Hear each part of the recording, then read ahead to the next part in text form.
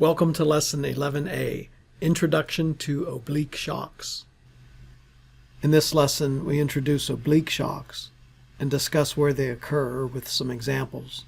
We'll define four angles: the wedge half angle, the turning angle, the shock angle, and the Mach angle.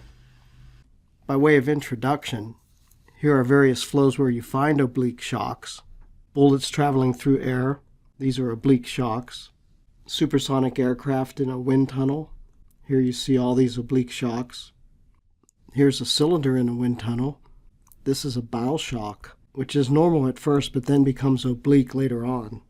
This is actually a reflected oblique shock.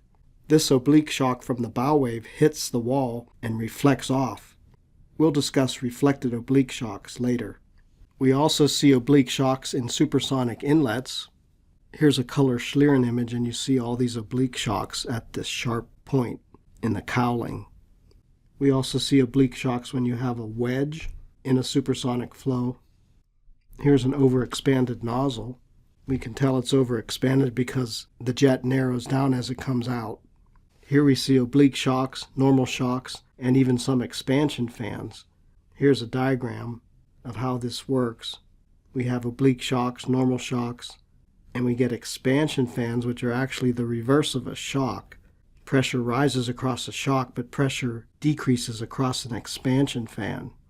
These flows can get very complicated, and there are reflections and everything. There was actually an expansion fan up here that's pretty visible around this corner. The pressure rises across the oblique shock and then decreases slowly through the expansion fan. First, let's do a qualitative analysis of oblique shocks. Our assumptions and approximations are 2D, ideal gas. We'll ignore boundary layers on walls, so our flow will be isentropic except through the shocks. I'll compare a normal shock and an oblique shock. The normal shock from 1 to 2, with flow from left to right, we know that M1 is greater than 1, and M2 is less than 1, and the streamlines just go straight through the shock.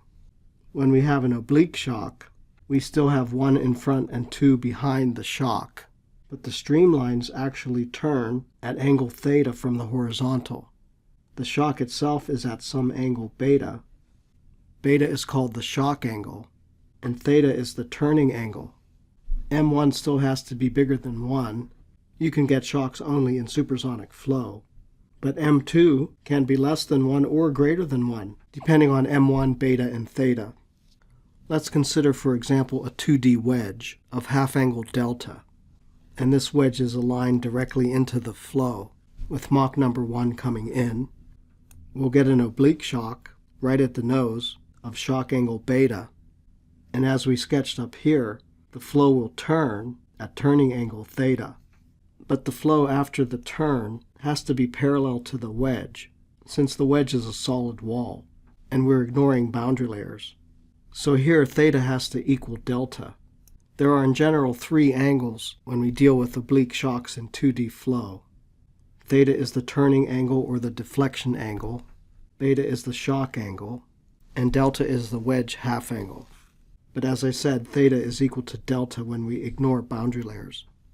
When flow comes through the shock, it slows down. So M2 is less than M1, but as I said, M2 is not necessarily subsonic. Oblique shocks have similar overall behavior as normal shocks. The pressure increases across the shock from 1 to 2, as with the normal shock. Temperature increases, density increases, specific entropy increases. But like a normal shock, stagnation temperature stays the same, but stagnation pressure decreases. And as we've already said, M2 is less than M1. It turns out that all our equations for normal shocks still apply, but we must account for the angles. Before I get into the equations, I just want to compare an oblique shock to a Mach wave.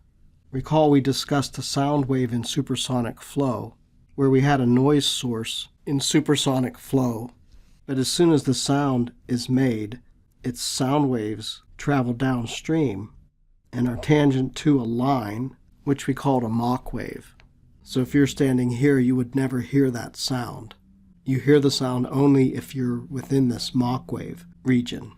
The Mach wave angle is mu, which you may recall is the arcsine of 1/m, where we call that the Mach angle. A Mach wave is actually an infinitesimally weak oblique shock. In fact, it's isentropic. The turning angle theta is 0. The flow passes straight through the Mach wave without being deflected. In fact, nothing changes across this infinitesimally weak oblique shock since it's isentropic. Shock angle beta is simply mu in this case, and m1 is equal to m2. In other words, there's no change. I don't mean to sound disrespectful, sir, but it sounds like a Mach wave doesn't do much of anything. That's right, Sean. In the limit, a Mach wave is like an oblique sound wave. Thank you, sir. You're welcome, Sean. Now let's replace this noise source by our 2D wedge of half-angle delta.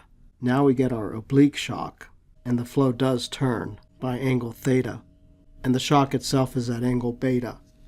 The purpose of this comparison is to show that beta is always greater than mu.